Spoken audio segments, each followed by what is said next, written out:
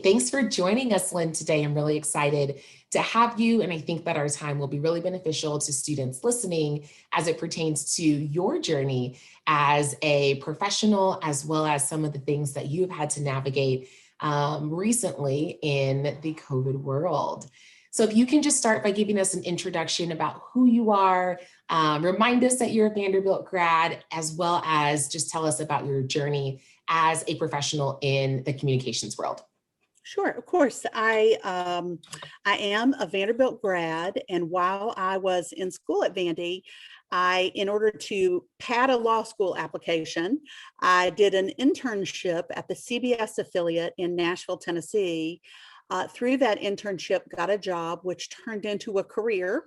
I abandoned plans for law school, and I have spent more than 30 years at the CBS affiliate in Nashville. I am the vice president of our company and the general manager of that television station. So it is my honor to run the #1 CBS affiliate in the country. Wow, I love that. Thank you so much for sharing with us here today.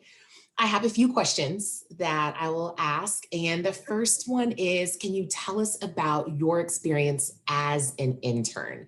And this would really be applying to students who maybe are starting their first internship or have an internship that they're hoping becomes a part of their career, or they'd like to desire to work at that in place of employment.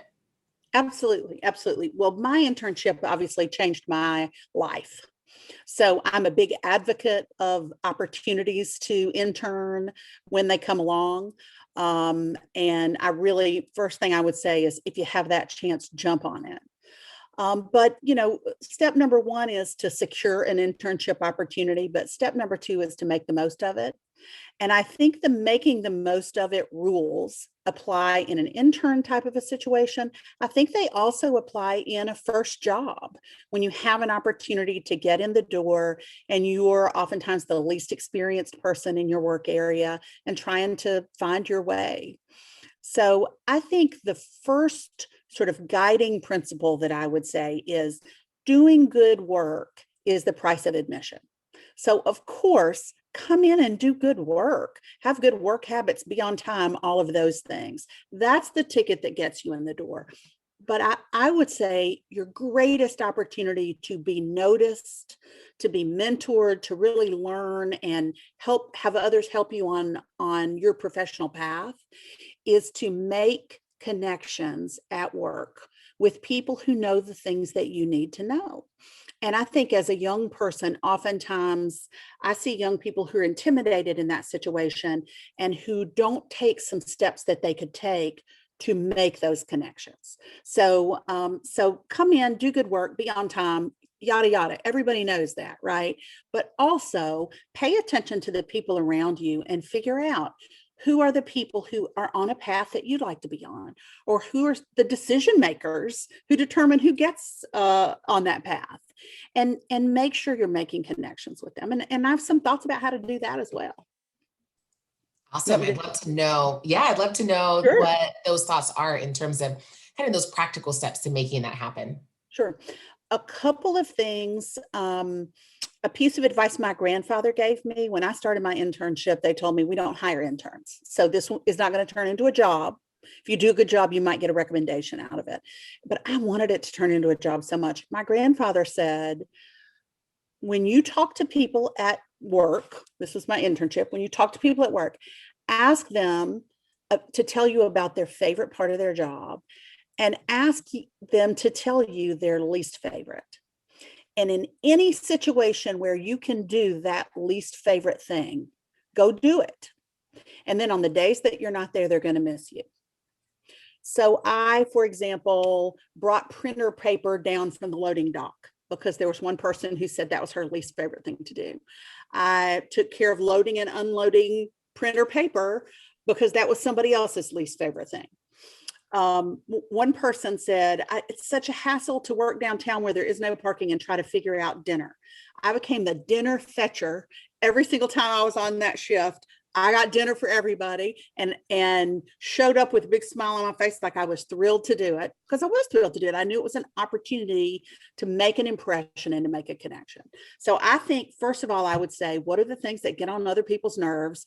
Do it for them, and they will notice you because they will appreciate you. And when you're not there, they'll say, where the heck is Lynn? I wish she were here, because now I'm having to do these things myself. So I think that's a way to get noticed. I like that.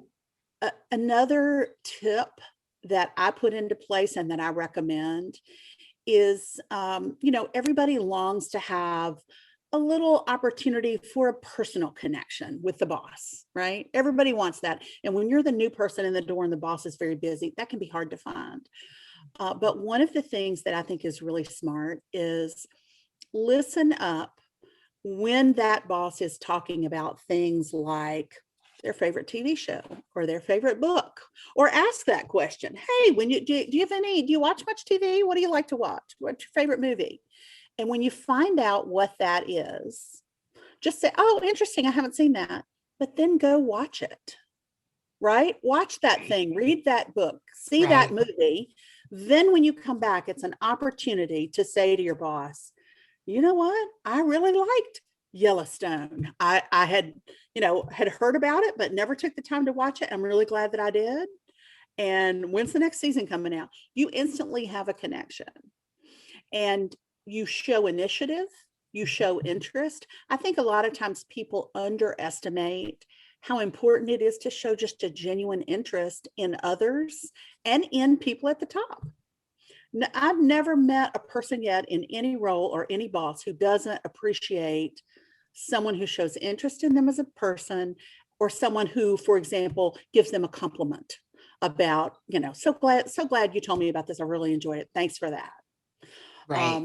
So just, I think those are just little things that get you the human connection and get you noticed. And I think that's really, really important, because especially if you're in a competitive field or a competitive workplace, as I was when I did a television internship years ago, there are a whole bunch of very capable people around. Mhm. And doing the job and being proficient is terrific if those duties are your target. But if your target's higher, you have to stand out.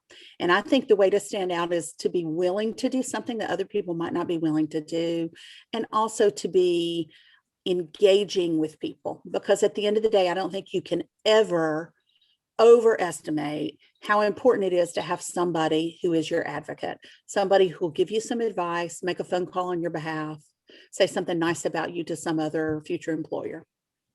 It I makes like a difference. I do. I think connections are so important, and being able to foster some connections that feel more organic and genuine, such as movie recommendations, a podcast to listen to, an experience that people have shared. Those are things that really bind us together and I think make the difference over time too. Absolutely. I agree with that. I agree with that. Now, for others who are looking to maybe have an internship like the one that you had, what were your tasks as an intern? And then we'll kind of transition into Sure. how that became a full-time position and your career. Sure. There were some base level things that I called the busy work of the job. I was expected to distribute scripts around the station when they were completed. I was expected to run errands, pick up something from one part of the building and bring it to another. So literally just kind of errand work. And that was a basic part of the job.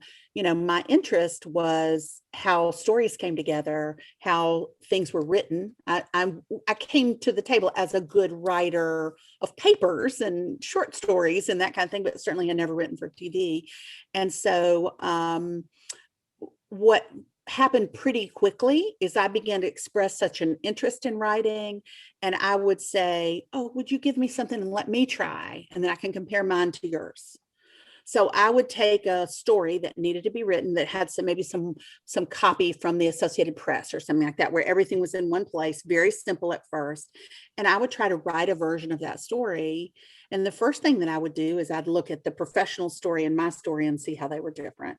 And then I'd think, okay, here's something I can learn from their writing. Eventually, as I got more confident, I would say, will you take a look at mine? So it wasn't just me looking at their version. I wanted them to see my version to see that it was pretty good.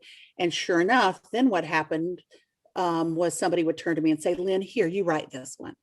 And I was literally writing for newscasts pretty quickly because I was a student of that. That was a specific skill and an opportunity that I wanted. So I really zeroed in on that. So that was my first, other than being an errand person, which I did a whole bunch of, my first real sort of professional achievement was I got to write very short stories for newscasts and figure out how that worked. Eventually, there would be, the person on the assignment desk who managed all the crews and listened to scanners and everything would go to dinner. And I would say, can I sit on the assignment desk while Lou is at dinner?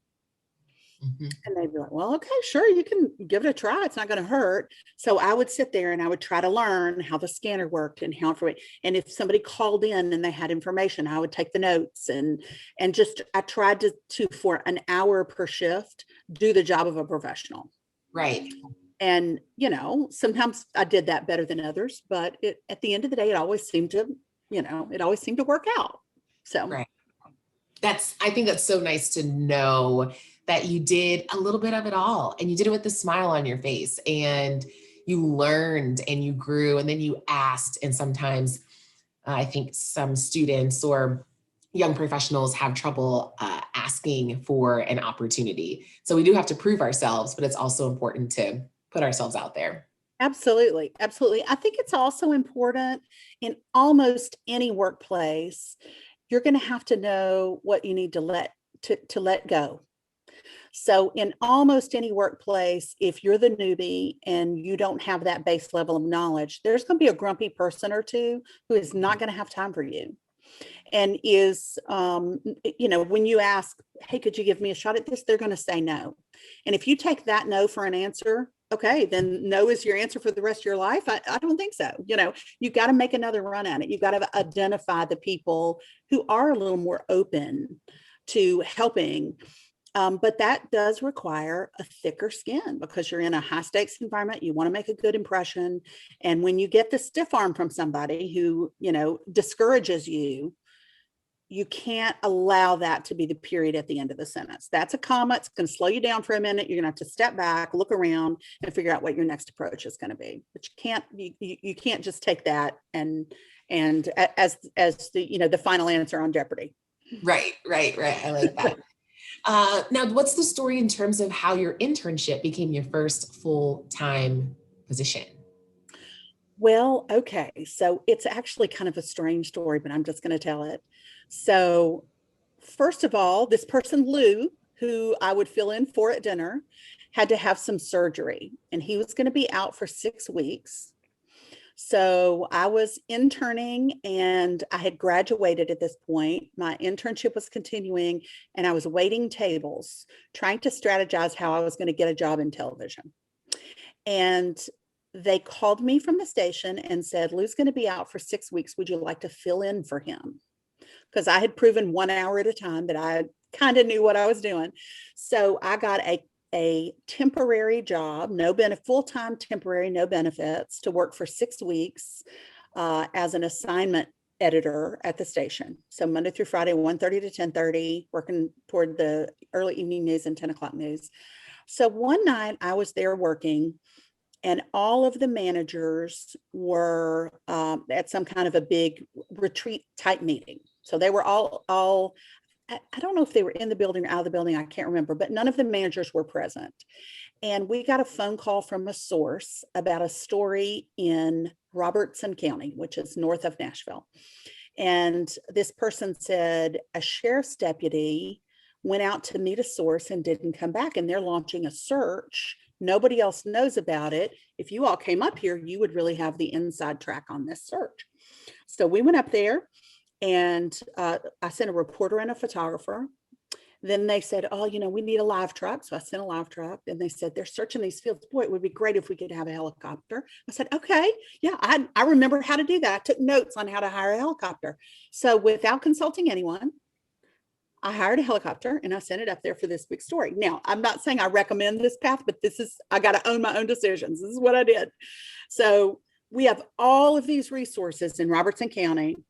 And one of my bosses came downstairs from whatever was the big meeting, and said, so give me an update. And I told him the lineup of all the things that I had done. And he said, let me get this straight. You have sent 2 photographers, 3 photographers, 2 reporters, a live truck, and a helicopter because a sheriff's deputy is late for dinner. And I said, yes, sir. And I was just thinking, oh, I've enjoyed my brief career in television news, and I know it ends today, because I knew he was going to fire me. And about that time, we hear on the two-way radio, you need to come to us now. We need to cut into programming now. It turned out to be a tragic and tremendous, tremendous story. That sheriff's deputy was meeting a source and was followed by the people. The source was followed by the people who were being investigated, and they killed the sheriff's deputy and the source in a field in Robertson County. And we had all of we knew about it before anybody else. We had all of the video of this terribly tragic story. It was a huge, huge story at the time. We won awards for our coverage. Wow. And that was, it was the most bizarre, because I made a whole bunch of decisions that were objectively bad decisions. And because of the nature of what happened with that story, they turned out to be decisions that brought us very, very compelling and even award-winning coverage. Wow. And after that, at the end of that shift, the person who was yelling at me about the sheriff's deputy late for dinner came up and said, I will never forget it. You did a hell of a job today, Lynn. Turned around and walked away. And after that, things were different. Mm-hmm. Right. For whatever reason, suddenly people weren't telling me, they were asking me. And I could just feel a sort of a change in the air. And when that 6-week temporary job ended, I was offered a job. Wow. That's such a great story. I mean, part of it is trusting your gut, but also you prepared for that moment. You didn't know what that moment was going to be, but you had taken notes on how to hire a helicopter. You knew how to send reporters, and you did those things swiftly in that way. That's a great story. I kind of have chills just hearing it, because I can almost visualize you in the studio when all of this is happening. And I know that there are stories of that final compliment, and it feels good to get that compliment. And clearly it's memorable because we're talking about it however many years later, recognition. Yeah, it was that was a breakthrough for me in terms of how I was perceived. But the other thing I would say is it was a breakthrough for me in terms of my confidence, because suddenly I looked around and I thought, I can run with these people. You know what I mean? Right. I can do this. I know they all have a lot of experience and I have none, but I'm capable of being a valuable contributor in this workplace. And it gave me a confidence that helped them see me differently, I think. Right. Oh, that's wonderful. Now, from there, you have been promoted and done a few different roles to get to where you are now. Can you walk us through, relatively briefly, but just about those transitions? Were those things that you advocated for? Were they opportunities that you applied for? Sure, absolutely. So, I will say my career path has been marked by some wonderful mentors. So we're back again to relationships. And the things that I did that were the big opportunities for me typically were done with the help and support, encouragement, sometimes direction of mentors. So that's been great. And I value those relationships very much. And as a matter of fact, all those relationships are still people I could call today. But I became a newscast producer. I sort of moved through the ranks of various jobs producing newscasts. I eventually went over to run our local, what was at that time local cable channel. Now it's a broadcast channel, but News Channel 5 Plus, which is locally programmed with sort of talk shows and community interest shows. So I ran that for a period of time, then came back as assistant news director in our news department. But I really wanted an opportunity to be in the corner office. I wanted to be a general manager, and I knew that I needed sales experience in order to really have a full, Swiss Army knife of tools Right. in a general manager's job. So I left the news department and I became our national sales manager, and also for a period of time managed some regional salespeople. And I did that having never sold anything except Girl Scout cookies. Wow. So I had no sales experience and just stepped right in. And that was a lot of people told me that I was crazy at that time, but I had a wonderful mentor who made that opportunity possible for me. Now, she told me there's no going back. You have to be successful in this job because you can't work in sales and then go back to news. You can just, this has got to be your path. And it was sort of, burning the bridge behind the soldiers as they went into battle kind of a thing. Right. Right. There was no retreat. But I'm glad I did that. And that has been incredibly valuable to me. I learned about that side of the business, some things that you can only learn by doing it. And so I'm very, very grateful for that. I became station manager, which is sort of the number 2 position in the station, reporting to the general manager. And I did that for several years. And then about probably 6 years ago, became general manager of the station. And we've had a tremendous track record of success. And I, my job is assemble the right people and create an environment for them to excel. And that we have the most incredible team of people and really have a great track record of success in terms of, we've won basically every major award for journalism, national award. We've won Peabody Awards and National Murrow Awards and other of the most prestigious honors for journalism that makes a difference. And we're number 1 in the ratings. We have just a successful news organization that has business success, but it's business success that's built on service to this community. I love Nashville and Middle Tennessee, and I love knowing that News Channel 5 serves this community and that we do specific things to try to help and to try to make this a better place. That means the world to me.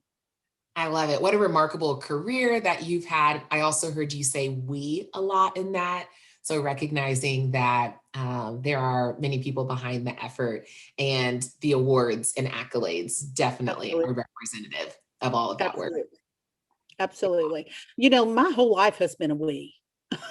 I'll just tell you, because as we're talking about internships and as we're talking about career path and opportunities and a chance to learn what it means to be a general manager before you're in that job, all of those were opportunities that were created for me by other people who took an interest in me. And it's one of the reasons why, if anybody calls me and says, hey, I'm interested in a career in broadcasting, or I'm interested in getting to Nashville, I take that call because I owe it to the universe. I absolutely owe it to the universe, because I was mentored and helped, sometimes pulled, sometimes pushed, sometimes supported in all these different ways. And I have a lot of gratitude toward especially I had one mentor who remains my good friend, who just really kicked the door open for me to become a general manager. And my gratitude to her is so tremendous. I try to be that for other people. I work very hard to create an environment where people can excel and where people's career paths aren't always the most traditional. We have a lot of people at News Channel 5 who've grown up in our organization, as opposed to, go to the big market and hire the big gun kind of a thing. We do an awful lot of development from within, and I'm proud of that. Very proud of that.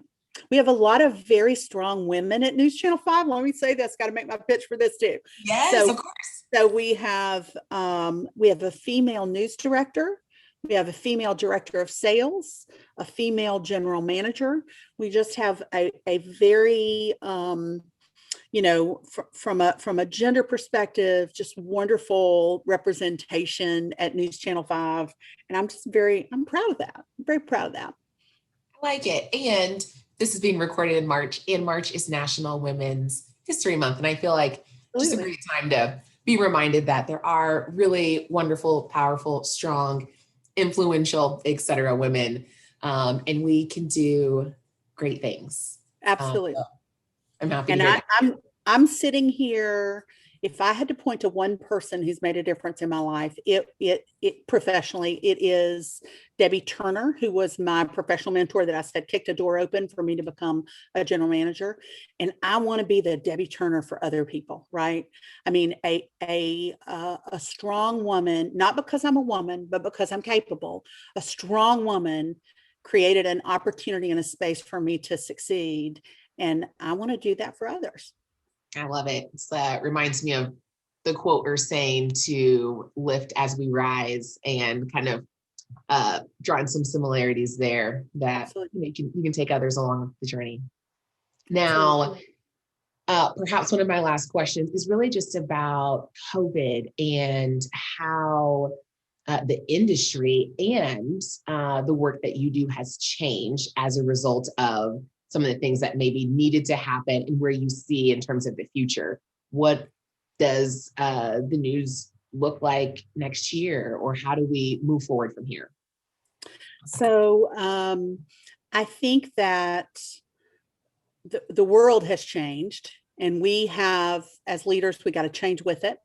I think that people are looking for positivity. They're looking for compassion. You know, we recently looked at a study of attributes that people want in a leader. And this is a study that was done every year starting in 1987. And the top attributes have changed very little in all that time. But in the last 12 months, kindness jumped 20 some percentage points. Employees said, I want to work for somebody who's kind. And listen, that's a mandate for us. We can't step into a new world as the same old us. We've got to work. We've got a lot of work to do to be the leaders that people need post-COVID. So I think we've got to be kinder. I think we got to be more flexible. I think we got to be better listeners.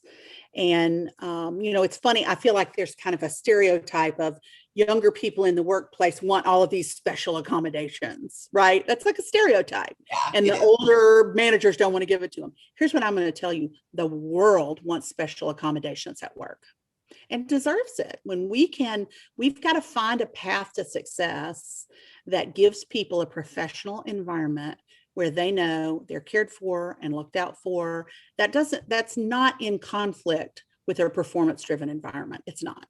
A lot of people want to tell you that it's one or the other. You're either babying people or you're, a hard driving, mean boss. And it's simply not true. You can have and be both.